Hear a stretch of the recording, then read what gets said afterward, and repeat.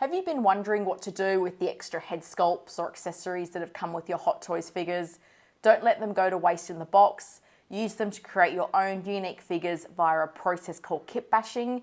In this video, I'm going to explain how to do it. I don't know about you, but when I look at someone's collection, the figures that stand out the most to me are the ones that I've never seen before. And these are generally custom or kitbash figures. And the thing I love about them is that they give you a chance to have a character in your collection that perhaps hasn't been made by Hot Toys or another 6-scale company, or it gives you an opportunity to create a unique look for a character that you love. For anyone that follows me, you know that I'm a Captain Marvel fan, and through the process of kitbashing, I've been able to create a grunge and a pilot look for Carol Danvers to go along with the Hot Toys figure. And I love this. It gives me an opportunity to create a unique display of Captain Marvel that shows some of her different looks from the movie. So that's the great thing about kitbashing. You can take existing pieces from figures and put something entirely new together. I think it's a really rewarding process as well. It means as a collector, you're not just focusing on buying figures, you can create something a bit unique to make your display even better. So there's a few different options you can go through to get custom and kitbash figures. So I'm just going to talk through 3 in this video. So the first option is to go for a fully custom figure. So in this scenario, you're generally going to a company. They might be doing a commissioned run of a particular figure. So for example, a lot of these companies did figures for things like the Joaquin Phoenix Joker, and generally they will create custom parts and pieces and put this figure together. These figures can vary in quality just as they vary in price. So the more expensive it is, generally the better it is. I know collectors here in Perth that have spent about $2,000 getting custom figures. So it really depends on your budget as to how much you're prepared to pay and how much you really want that figure in your collection. For me, I have a couple of custom figures through Rise Collectibles. I was a really big fan of the CW TV show Arrow, particularly the first few seasons, and I wanted that representation of Green Arrow in my collection. At that point in time, there hadn't really been any third-party figure companies tackling that figure, so if I wanted a Stephen Amell Green Arrow, it had to be through the custom route. So I bought a couple of figures through Rise, and these were, I mean, for me at the time, I thought they were expensive, and the more I've gotten into the hobby, I've realised they were pretty reasonably priced. When you're getting a custom figure, I think you need to be mindful of what the expertise of the business is, and are they going to do the entire project themselves. With the Rise figures, and don't get me wrong, I love them. I think the tailoring of the outfits was fantastic. I think though for the price, where they suffered a little bit was the head sculpts and the accessories. And these are things that over time I've been able to replace with different third-party parts that have come out. So 3Q did a Arrow figure, and that's head sculpt, probably the best one of Stephen Amell that I've seen. So I've then used that on my Rise custom figures. I've bought new bows from eBay to get a better and more screen accurate look for the figure. So with customs, do your research, be mindful that they are costly. And I think, you know, the benefit is that you're going to get, in most cases, a pretty good product. The downside is you're probably going to be waiting a long time as well. Some of these customs can take 6 months, a year, 2 years. I think, you know, you need to be patient if that's the route you're going to take. The second option you have is to kitbash from accessories. So if you've got an Iron Man or a Captain America figure, generally these will come with a masked and an unmasked head sculpt. So the good news in that regard is that there's so many third-party companies out there that are creating clothing kits with these head sculpts in mind. So the different looks Tony Stark has had, the different looks that Steve Rogers have had, there's generally been clothing kits that allow you to use those head sculpts to create a whole new figure. For me, I've used one of the Steve Rogers head sculpts in my collection to create a military Captain America. And this was a pretty quick and easy kit bash. There was a third-party company that created the entire uniform, so all I had to do was supply the body and the head sculpt, and I ended up with a unique look to Captain America, which I really love. Another example of kit bashing from accessories are the Carol Danvers figures that I mentioned before.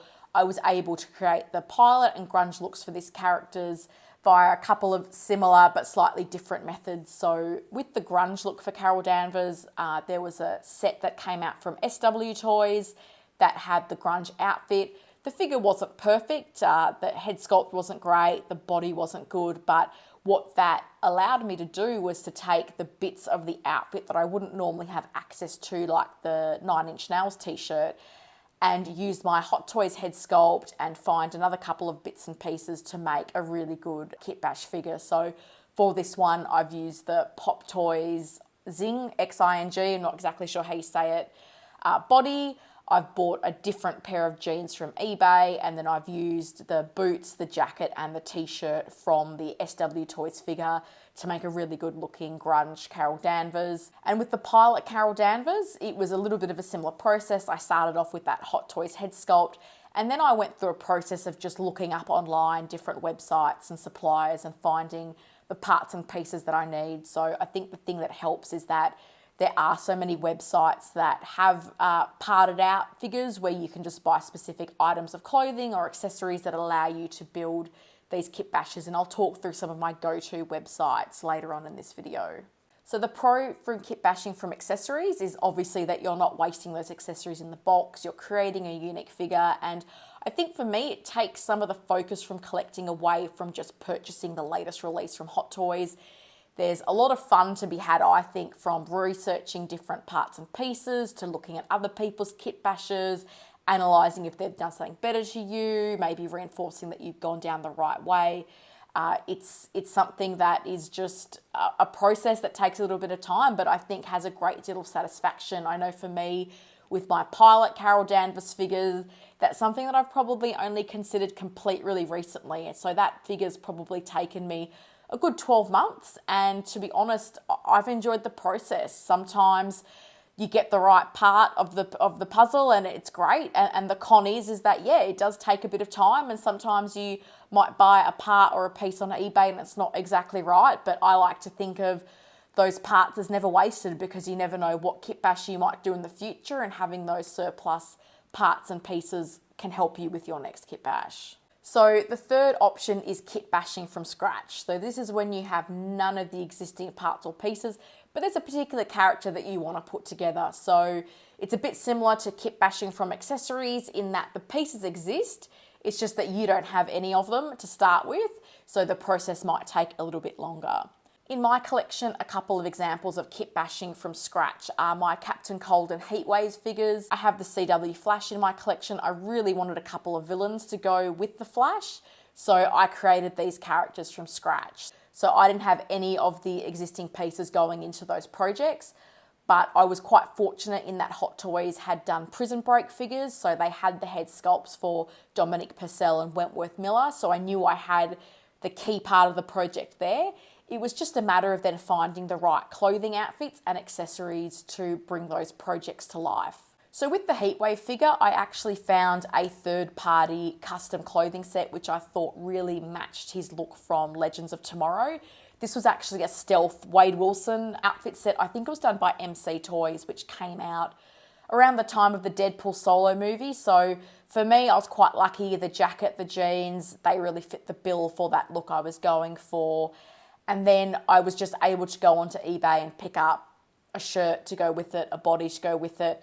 And then the shoes were just from my civilian Steve Rogers from the Captain America Winter Soldier movie. With the Captain Cold figure, that was a little bit different. There wasn't a particular clothing set that I used. I more found individual parts and pieces. So the jacket is actually from a Star Wars figure. I think it's the Hoth Han.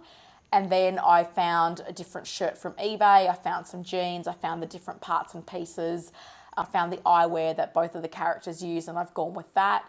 And then with the weapons, I was able to find 3D prints of those and get them painted. And I think they look really good. I have two unique characters that haven't been produced by any 6-scale figure company, and it gives me those companion pieces that I want in my collection. So I've talked about the different processes you can go through to create custom and kit bash figures, but now I want to talk about where to find the different parts. So the good thing is that there are a few websites out there where businesses have taken existing Hot Toys and third-party figures, broken them down into individual parts that you can then buy. So sites that I've used are places like Toy Anxiety and Monkey Depot. They're in the US, so have to be a little bit mindful of exchange rate and postage. But the great thing about these websites is they have really large catalogues of pieces, so you can go on their website and search for hands, boots, accessories, whatever different thing you want, and find a range of options there. So these are a couple of websites that I've used and have found really useful. There's also eBay. eBay, you can find a lot of just generic parts. That's where I got the aviator sunglasses for my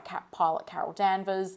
The thing to be mindful of on eBay, particularly with the parted out Hot Toys figures, is there is a bit of a premium on those. And I'll use an example for me recently.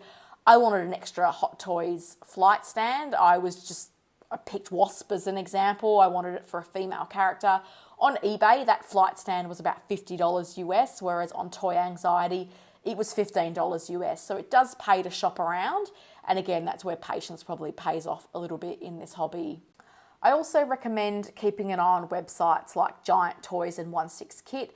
They sell a lot of third-party produced items, so this might be a full clothing set or just particular accessories like a head sculpt, a body, a pair of boots, a pair of glasses. So these websites are really handy. Picking up some of these third-party clothing sets is also a really great way to build up a repository of spare parts. Sometimes I might see a clothing set that I think has good core basics, like it's got jeans, it's got a particular pair of shoes that are pretty universal. And then that way you've got a few spare parts and pieces, and sometimes that helps in the process itself. So always have a look out and see what's available, what's there. And if you've got a few key pieces of clothing, that can also help you get a head start on your next kit bash. I've also found at times that Facebook buy, sell, trade group, sometimes you can get different clothing items from there. I've seen people sell different parts and accessories. They've maybe bought a suit for a kit bash. It's not been quite what they wanted, and they've then moved that on. So there's other opportunities locally for you to pick up some different parts and pieces.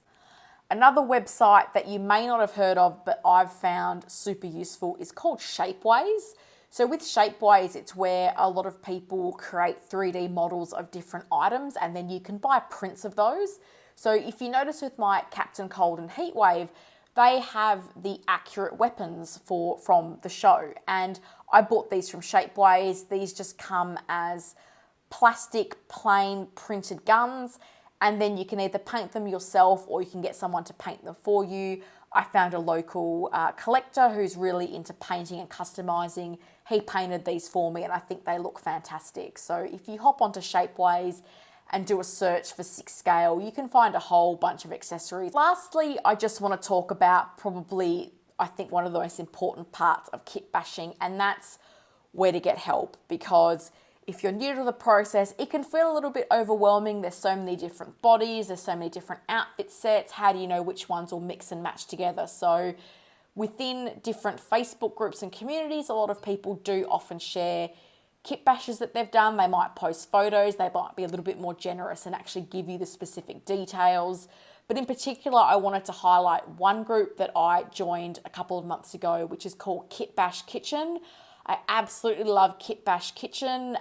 Unfortunately, sometimes when people share pictures of their kit bash, they don't actually want to tell you what they've used and how they've done it, which is a little bit disappointing. But the whole premise behind Kitbash Kitchen, and emphasis on kitchen, it's not just that you post a photo of your kit bash, but you share the recipe of how you made it, and that's what I absolutely love. So people go on there, they might have kit bashed a Wolverine or a Rhodey or a different figure, and they'll literally break down the different parts and pieces that they've used. So it makes it super easy for you if you're coming in fresh, you want to have that same figure, you don't really know when to get started.